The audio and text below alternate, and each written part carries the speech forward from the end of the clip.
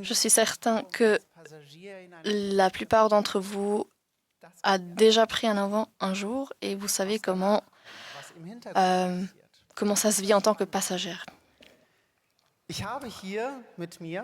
Ici, sur scène, j'ai deux personnes qui savent comment fonctionne l'interne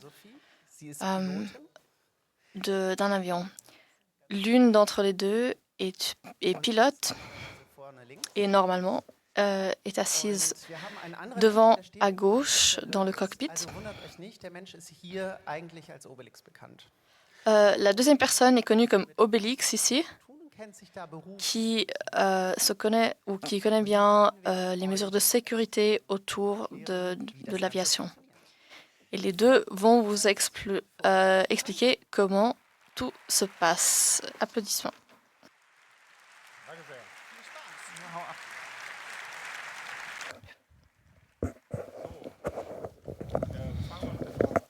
On commence par une question. Bienvenue. Qui a déjà pris un avion? Levez votre main maintenant. Voilà. Qui a guidé un avion? Qu'est-ce que vous faites là? Ce sont les gens qui vont nous poser des questions un peu envahissantes après. Alors, avant de commencer, il faut qu'on explique. On va expliquer comment un avion fait pour voler. Donc, on a besoin d'un objet aérodynamique pour que, quand il soit dans l'air, il y a le plus de force qui soulève l'objet. Donc, il y a l'air qui va dans le sens de la flèche que vous voyez là maintenant. Il faut donc que, pour que cet air puisse se diriger dans la direction de la flèche, il faut que l'objet soit tiré dans l'air, donc qu'il y ait justement cette motion qui se fasse. Physiquement, il faut cliquer. Oui. Donc, on a d'un côté la gravitation, donc les forces qui retirent l'objet vers la Terre. Et puis, en même temps, on a des forces qui le soulèvent. Donc, tant que les forces qui soulèvent l'objet sont plus fortes que la gravitation, l'objet vole. Ensuite, on a les deux directions également, donc la direction dans laquelle l'objet doit se diriger et puis les résistances, pardon. Donc,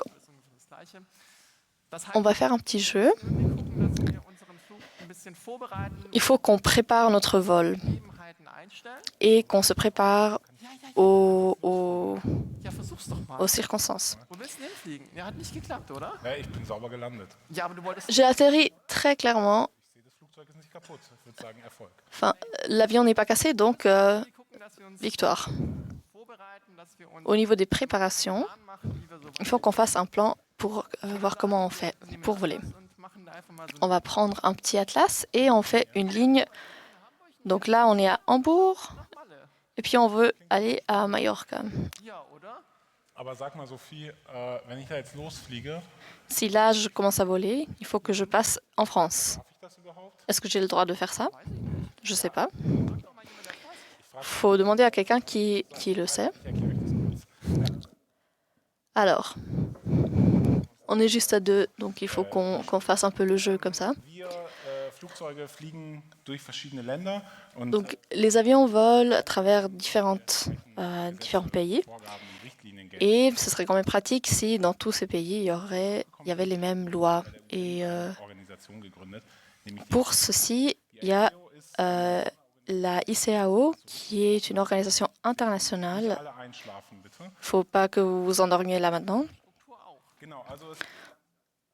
Donc, il y a énormément de papiers là-dessus. C'est entre autres, enfin, c'est semblable à l'UNESCO, l'ONU, la WHO. Il y a beaucoup d'États qui sont membres, entre autres même la Corée du Nord. Il ne manque seulement le Vatican et le Liechtenstein, qui les deux n'ont pas énormément d'espace aviatique. Et le Vatican n'a non plus d'équipe de foot, vu qu'ils n'ont pas de place de foot. Donc, cette ICAO touche au personnel de l'aviation, donc ça, en vrai, ça règle tout. Donc, entre autres, le personnel d'aviation, et les formations du personnel, les règlements du trafic aviatique, les unités. Donc, si entre les pays, les unités changent, donc par exemple en pieds, normalement, les choses se mesurent en pieds et en milles nautiques.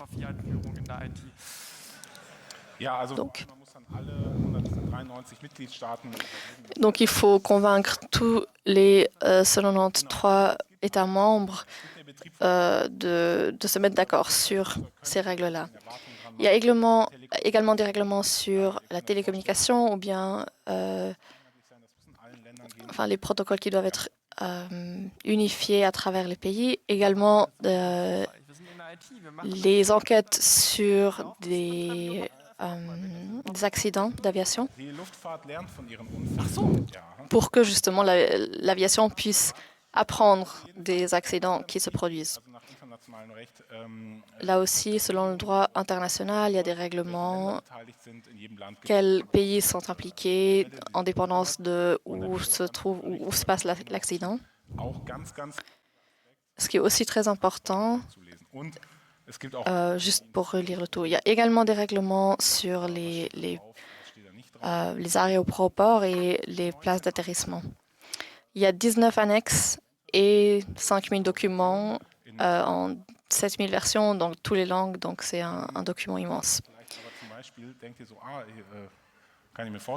Donc là, oui, vous imaginez peut-être que là, il y a les codes des aéroports.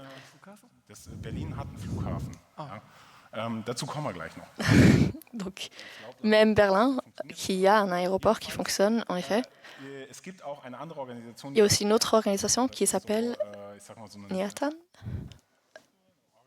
Il y a un groupe, c'est pas une institution internationale, mais un groupement, en quelque sorte, une organisation, et qui produit justement les codes des aéroports, qui ne traite pas de l'aviation, mais du ticketing et d'autres systèmes sur place. Donc, entre autres, les codes pour chaque aéroport, par exemple. Elle fait genre du marketing qui également est réglementé, mais c'est fait d'une façon séparée. Donc, il y a énormément de bureaucratie et de règlements. Et là, on est un peu impatient. On aimerait commencer quand même à voler, à se mettre en route. Donc là, il y a beaucoup de couleurs sur la carte qui désignent des espaces aviatiques. Et donc, il faut structurer un peu les espaces aviatiques autour des aéroports. La première ligne qu'on voit, c'est les informations sur les régions de survol. Donc, ça peut être lié aux frontières des pays, mais pas toujours. Ici, on voit à gauche, Shenwick, c'est une énorme région qui couvre la mer. Donc, pour couvrir cette zone-là, c'est divisé. En Allemagne, on a 3 zones. C'est Bremen, Langen et Munich. On a aussi Karlsruhe et Maastricht. Et donc les informations sont communiquées aux pilotes et on a des services différents par zone.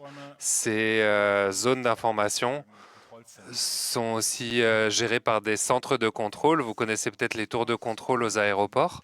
C'est des tours dans lesquelles il y a des gens cool avec des radios et qui ont beaucoup de responsabilités. Mais il y a aussi, si vous vous éloignez un peu plus des aéroports, il y a d'autres personnes qui s'occupent de ça. Et c'est sur des cartes de survol qu'on va voir. Ça a l'air très complexe et c'est assez complexe. Parce que voler est quand même, piloter est quand même compliqué. Qu'est-ce qu'on voit ici? C'est une autre vue de ces zones de survol. Quand on est sur l'autoroute, on va expliquer, on essaye de ne pas rentrer dans la personne devant et de ne pas faire rentrer la personne derrière nous. Donc, on va essayer de rouler assez vite pour ne pas se faire rentrer dedans. Donc, on a une route avec la signalisation et on roule tout droit. Quand on vole en avion, on va assez vite et on n'est plus en 2 dimensions, mais en 3 dimensions. Donc, parfois, on ouvre la porte, on jette des gens et on referme la porte. Mais parfois,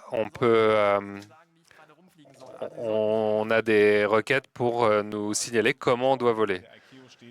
Donc, chez l'ISAO, on a des règles sur les zones de survol. Ici, on a une zone Berlin-Brandenburg, et vous voyez que ça ressemble un peu à un oignon, parce que dans les différentes zones de survol, on a différentes responsabilités, différents processus, et l'avion doit avoir répondre à certains critères. Dans certaines zones, on a interdiction de survoler. Ici, on voit les cercles. On peut demander des autorisations spéciales pour passer, mais pas avec un fax. Sur le site Internet, c'est par email ou par poste. Peut-être qu'avec la Chaos Post, on peut faire une demande. Ça fonctionne et cette carte va délimiter les zones. On va se dire que ça a l'air un peu bête parce qu'en voulant contourner Berlin, on doit faire un détour énorme parce qu'on a différentes zones. On voit dans les différentes lignes, on a différentes zones. On voit des numérotations FL 75 à FL 100. Qu'est-ce que ça veut dire? On a les différents niveaux d'altitude qui sont liés à la pression atmosphérique en hectopascal. Et donc, l'avion a une certaine donnée de pression. Et peu importe la pression extérieure, la pression intérieure est différente. Donc, si on vole dans la zone extérieure, la zone C, Charlie, la sécurité aéronautique est responsable pour que les avions ne se rendent pas dedans et les différentes lignes ne se croisent pas. Donc, ils regardent et ils vont signaler aux avions d'aller à gauche ou à droite. Dans l'écho qui est un peu différent, on peut faire un peu ce qu'on veut. La sécurité nautique ne va pas nous dire ce qu'on doit faire, mais on a aussi des avions qui volent avec leurs instruments de navigation et on peut les repérer. Et juste tout en bas, on a la zone Golfe. Et ici, on doit se laisser entièrement guider par les centres de contrôle. Mais on a un problème, c'est que parfois, on doit passer d'une zone à une autre de manière sécurisée. Donc, on a vu dans la partie E et la partie G, on n'a pas vraiment de séparation. Donc, il faut voir que Charlie et Delta aillent vers le haut. Et ça, on le fait par le biais de cet entonnoir. Et les avions sont moins rapides en bas et plus rapides en haut, donc on a besoin de plus de place en hauteur, d'où l'entonnoir. Donc ici, on reconnaît les différentes étapes. Donc si on ne veut pas contourner, on peut passer plus bas ou plus haut, au-dessus ou en dessous. C'est ce qui est compliqué avec ces cartes, c'est qu'il faut toujours penser en 3 dimensions parce qu'on vole toujours en 3 dimensions. Et c'est le principal challenge. On voit ici que on a le G qui commence au niveau du sol. Ensuite, on a les zones délimitées et sécurisées, mais le graphique s'arrête sur FL 660. Et qu'est-ce qui est au-dessus? Au-dessus, bon, il n'y a plus beaucoup d'atmosphère. FL 660, c'est 20 km, mais au-dessus, on a quand même encore de l'air. Peu, mais on en a. On peut voler au-dessus. Ce sera compliqué parce qu'on n'aura plus d'avion. On aura un véhicule spécifique, mais personne n'a réussi à m'expliquer pourquoi 660 et où ça s'arrête exactement. Il y a certains pays, comme l'Autriche, où le contrôle se fait par rapport à là où les avions ne peuvent plus aller de manière aérodynamique, mais qu'ils se déplacent avec la force de Kepler. Donc, si ils utilisent cette force gravitationnelle, ils ne sont plus considérés comme des avions. Le seul avion qui essaye ce transfert, c'est le Space Shuttle. Il y a certains jets d'espionnage qui arrivent à aller là-haut. On peut, avec un vol parabolique, arriver à voler plus haut, mais c'est très cher et c'est pas très fun. Mais je pense que quand je suis en haut, je peux faire ce que je veux. J'ai plus aucune règle. Mais est-ce que toi, tu voles plus haut que 660? Je peux pas te dire ça. Mais par rapport à être tout seul, parfois, on croise des gens tout en haut. Par exemple, les Américains, ils aiment bien lancer des roquettes et elles sont assez, elles partent un peu à la verticale. Pour changer de sujet, les choses peuvent changer de manière spontanée. Donc, on a des cartes, on doit les imprimer et on le fait tous les ans et certaines personnes gagnent de l'argent. On a parlé des cartes, on a l'ICAO et les zones contrôlées par les pays. Et donc, pour tout résumer, on a un livre spécial qui regroupe toutes les informations, là où vous avez le droit de voler, à quoi ressemble un aéroport et comment se comporte un pilote. Et si quelque chose change, on a une carte différente. Il y a moins de couleurs. Oh, on a un peu de couleurs quand même. Le jaune, il faut faire attention. Le rouge, c'est complètement impossible. Et le gris, là, on voit un drone apparemment. C'est des modifications spontanées. Ça s'appelle les Notice to Air Mission, note pour mission aérienne. Et ça veut dire que c'est des messages qui sont chiffrés de manière très importante et que les personnels les pilotes doivent étudier avant. Donc c'est les codes, ils incluent les codes ISAO et on voit, j'essaye de reconnaître ici, je vois la première ligne, c'est les métadonnées. Donc c'est qui a lancé le message. Ici EDGG, c'est le gouvernement. Ensuite, on a un QMRLC, ça montre que c'est une piste d'atterrissage qui est fermée. Je ne connais pas ça par cœur, j'ai dû regarder aussi. IV veut dire pour les instruments nautiques et pour les visuels. NBO, ça veut dire que c'est important, c'est maintenant, now. B, c'est briefing et O, c'est opérationnel. A, c'est l'aéroport concerné. 000 jusqu'à 1999, c'est tout le lieu et ensuite la position. Ensuite, la prochaine ligne EDDF, on a dit, c'est Francfort. Et ensuite, du 24 décembre 2023 à 22 heures au 24 décembre à 4 heures. Donc ça, c'est parce qu'on travaille avec les horaires UTC, donc 22 heures. UTC, c'est Francfort, 23 heures. Et là, RWI, c'est runway 18, close, numéro 18, fermé. Donc ça, c'est une info qu'on n'a pas le droit de voler la nuit. Voilà. On continue. Il y a aussi d'autres choses qui font partie de ces notes. Donc, on a par exemple, entre autres, besoin d'argent. Parce que des fois, le terminal de la carte de crédit est cassé, du coup, et donc, du coup, il peut y avoir des problèmes avec ces paiements. Donc, par exemple, si vous allez payer, voler à Sylt, ou bien, entre autres, même à un congrès, vous pouvez avoir des problèmes avec votre carte de crédit.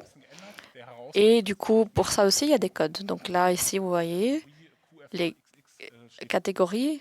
Donc QFAXX, par exemple, désigne que le problème traite des facilities, donc des entités sur place et non pas aériennes.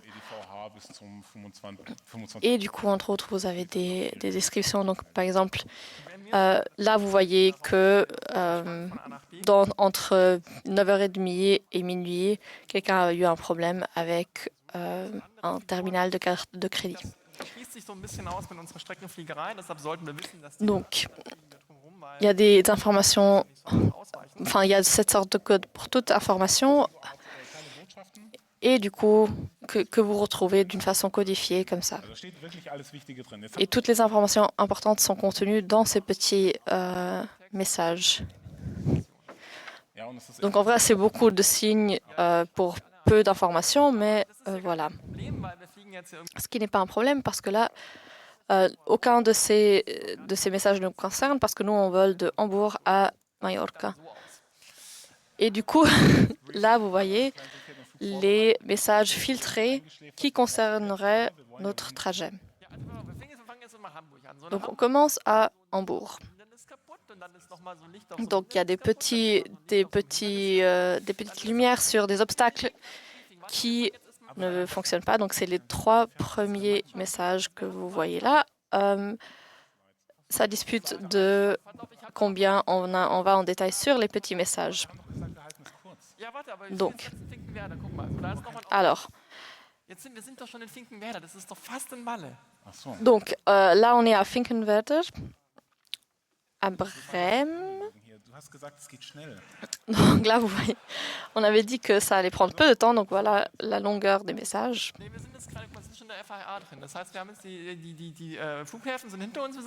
Donc là on voit qu'il y a des exercices. Donc à droite sur le slide, vous voyez les petites notes sur des exercices, des obstacles, des choses qui sont cassées le long du chemin. On va donc là, voilà. Vous voyez aussi ce qui est nouveau aujourd'hui, qui est désigné par le petit New Today. Il y a des informations qui ne sont pas énormément centrales, mais le travail de l'équipe à bord sera, avant chaque vol, sera de passer à travers tous ces messages et voir lesquels sont importants, sont essentiels, et à voir dans jusqu'à quel point ça concerne aussi l'équipe et où il faut prendre des mesures et réagir ou non. Donc, pour résumer ce qu'on sait jusqu'ici, on sait où on veut voler, on sait où sont les espaces aviatiques et aussi les espaces aviatiques, enfin, quels sont les obstacles dans les espaces aviatiques que nous, on souhaite traverser. Donc là, on va à Mallorca où il y a du beau temps. Après, problème, c'est que si je ne peux pas voir en dehors de mon cockpit, je ne sais pas où je dois voler. Et il y a des circonstances qui peuvent rendre plus difficile cela. Donc, par exemple, l'eau qui se refroidisse. Euh, et donc, on a besoin d'apparature pour déclassifier les surfaces et les fenêtres de l'avion.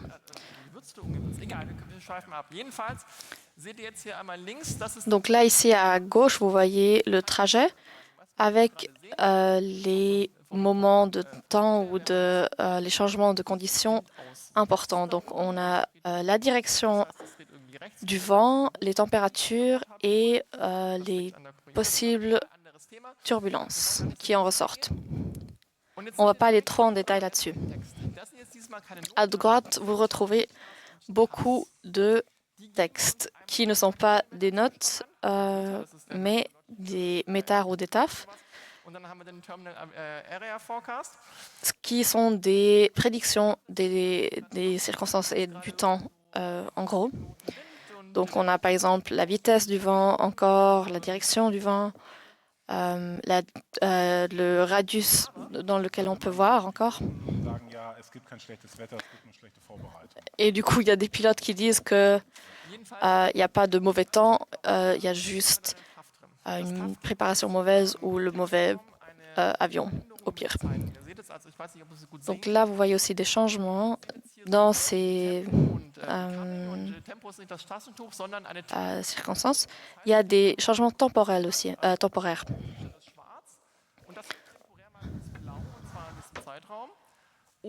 Donc, il y a aussi des choses qui peuvent changer de façon permanente. Mais là, en vrai, on aimerait juste commencer à voler. On devient un peu impatient quand même. Et du coup, on a fait un petit plan qui maintenant a encore l'air différent qu'avant. Donc, on n'a plus de ligne directe. C'est parce que, entre autres, sur une sphère comme la Terre, la voie directe entre deux endroits ne sera pas une ligne droite, mais justement, il faut aussi traverser du terrain qui comprend par exemple des montagnes, donc il faut aussi adapter le trajet en fonction de ça. Dans cet espace aérial, il y a aussi des voies aériales. En bref, c'est comme des autoroutes, mais dans l'air. Et donc là, on voit où on a le droit de voler. Et pour dire ça à l'équipe, en gros, il y a ce document, donc le plan de vol. Aujourd'hui, ça peut se faire par application sur le téléphone mobile, mais en gros, c'est très souvent toujours fait par fax ou par téléphone. Donc, qui est contenu là-dedans? Il y a le type d'avion, aussi l'identification de l'avion et la légitimation, les documents formels d'où vient cet avion et où il est registré. Donc, on voit aussi la catégorie de l'avion, les capacités qu'il a. On voit aussi la route, le trajet qu'on veut faire, la destination. On voit également combien de kérosène on a. Et il y a une personne qui vole. Donc, persons on board, il y a une personne. Mais il y aura quand même une personne, il y a Obelix qui va faire l'accompagnement moral, le soutien moral si vous voulez. Mais il y a juste une pilote qui volera, mais il y aura besoin d'une personne qui fasse attention et qui surveille aussi le fait que Sophie va respecter le plan du vol et que aussi il y a d'autres avions qui respectent leur propre plan de vol et que justement ça se croise pas, qu'il n'y ait pas d'accident ni de collision ou d'autres difficultés. Donc il y a quelqu'un qui aura le travail ou le job de coordonner tout ça et de surveiller. Donc là, on a transmis un plan Et puis, de base, on peut commencer à voler. Donc, on a les règlements, enfin, pour faire un petit résumé, il y a les règlements du vol. On sait aussi ce qui va se passer, donc le poids de l'avion, combien de matériel on a, combien de kérosène on a, et où on va voler, quelle turbulence on attend, etc. Et donc on a tous ces papiers, on a fait un plan, et on sait où on va se diriger, et on saura où on peut se diriger. Pourquoi on fait ça? Pour pouvoir décoller, on quitte le sol pour aller dans les airs. À partir du moment où on se lance, on est obligé de décoller, on ne peut pas s'arrêter au milieu. À partir de ce moment-là, voler doit se dérouler par rapport à un plan. On ne peut pas discuter un problème, on doit le décider en prenant une décision où on a priorisé les différentes étapes. Ce qu'il faut, c'est dans la préparation, vraiment couvrir un maximum de choses, même les choses dont on n'a vraiment pas envie. Par exemple, un aéroport de rechange au cas où, ou des situations qui pourraient se produire. Et c'est pour ça que cette préparation est importante, parce qu'on ne peut pas juste se garer. Une fois qu'on est en l'air, on ne peut pas vraiment s'arrêter à tout moment. Donc on décolle et le premier problème commence. On en a parlé au début, c'est vraiment un métier à part entière. On peut parler de millions de choses. Nous, on veut vraiment parler des choses principales. Si on n'en parle pas, c'est pas que c'est moins important, mais on a tous d'autres choses à faire aujourd'hui. Regarde, on est là. On a coupé le chemin du gros avion derrière. Ouais, vous voyez pourquoi la planification est importante? Parce que même si le process est le même pour les deux types d'avions, on a quelques petites différences qui ne se laissent pas discuter. Qu'est-ce que ça signifie? On en a parlé au début. Un avion vole parce qu'il se déplace dans l'air. Donc l'air déplace l'avion et porte l'avion dans les airs. Donc l'air doit être là où je le veux, là où mes ailes vont se déplacer. Donc l'air se déplace, on a du vent, ça peut générer des turbulences. Donc pour qu'un avion puisse décoller, il doit déplacer l'air. Donc vous pouvez vous imaginer que le petit avion devant déplace beaucoup moins d'air que le gros derrière. Ce qui entraîne, si l'ordre de décollage était différent, le petit avion est dans le déplacement d'air du gros, et il est complètement... il entre en turbulence. Et c'est ce qu'on appelle le tourbillon, le tourbillon d'attraction qui permet de déplacer les masses. Si un petit avion passe dans un tourbillon comme ça, c'est vraiment pas drôle et ça peut être très dangereux. Donc c'est pour ça que la sécurité aéronautique gère les distances entre les avions. Je ne sais pas le poids de l'avion devant, mais celui derrière peut faire 300-400 tonnes et ça vole. Donc il faut vous imaginer la quantité d'air déplacé pour que ces 400 tonnes puissent monter dans les airs sans problème. Et donc c'est dangereux. Donc il faut garder des distances. Et la distance est en temps ou en mètres, mais c'est très important au décollage, mais aussi à l'atterrissage. On n'a plus le temps, on doit avancer. Donc, on vole maintenant. On a ces 3 points. Aviate, navigate, communicate. Donc, on va naviguer à travers notre présentation et ensuite, comment on va communiquer avec les questions-réponses. Donc, on a dit qu'on n'était pas tout seul dans les airs. Donc, on n'a pas peu d'avions. Et ici, on a juste jusqu'à la hauteur de FL 100. Donc, c'est uniquement les petits avions qui atterrissent et qui décollent. Si on monte un peu plus haut, on voit que ça ressemble à autre chose sur la carte. Donc ici, on va jusqu'à 660. Donc, où est le problème? ils peuvent se mettre les uns au-dessus des autres. Si on va de 300, entre 300 et 400, c'est là où on voit que le graphique ne change pas beaucoup parce que quand on va de Berlin à Munich ou de Londres à Madrid, on veut aller le plus direct possible. Donc, il n'y a pas tant de chemins possibles. Personne n'a envie de faire de grands détours. Et on peut, bien sûr, on regarde par la fenêtre et on voit où on est. On voit qu'on est assez haut dans les airs. On prend tous les avions prennent la même route.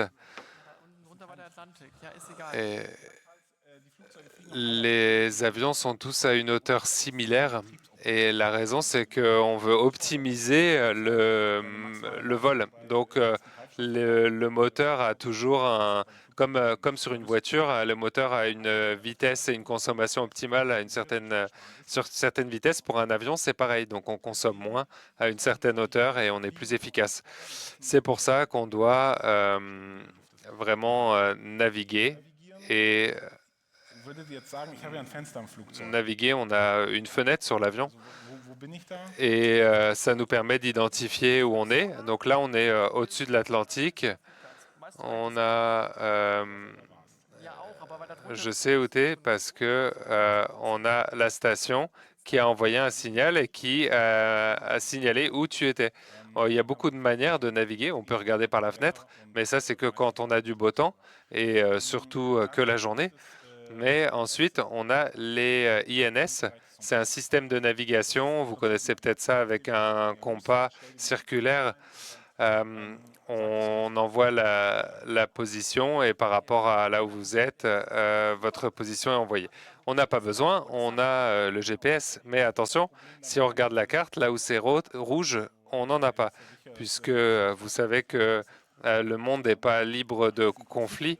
Et dans ces zones de conflit, comme dans le sud de l'Ukraine, mais aussi dans d'autres frontières de pays de l'OTAN, le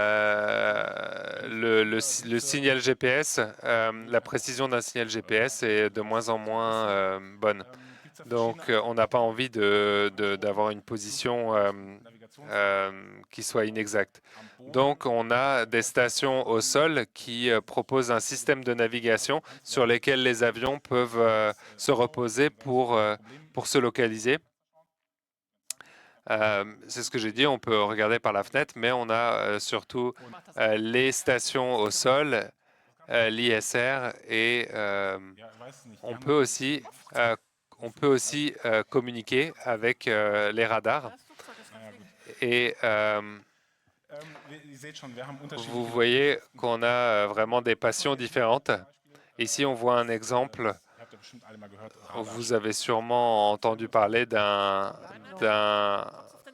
antenne radar. Non, non, non. Toi, tu viens dans la prochaine session. Bon, nos avions sont mieux préparés quand même que nos sessions. Donc, ces antennes ont un récepteur primaire et secondaire. Et maintenant, on va atterrir. Et comme on est des professionnels, on va faire ça plus ou moins avec le temps. Donc, on regarde la piste d'atterrissage. Je sais, on a 3 lumières qui me disent si je vais trop vite. Donc, on fait un atterrissage de précision. Si on voit rien, on doit... On parle de passion, donc c'est toujours compliqué avec le temps. Donc ici, c'est le ILS, le système d'atterrissage, les instruments d'atterrissage. C'est 2 antennes avec un chemin de glisse et un localiseur qui permet d'atterrir dans toutes les conditions météorologiques. Il faut juste que je regarde sur le petit écran de mon avion et ça me permet d'atterrir n'importe où, à n'importe quel moment. Ça permet de mieux organiser les avions par rapport à l'endroit où ils peuvent survoler et l'atterrissage est beaucoup plus précis. Une fois qu'on est au sol, on a la conclusion, mais on n'aura pas le temps de le couvrir parce que j'ai envie de vous laisser du temps pour les questions-réponses. Merci beaucoup.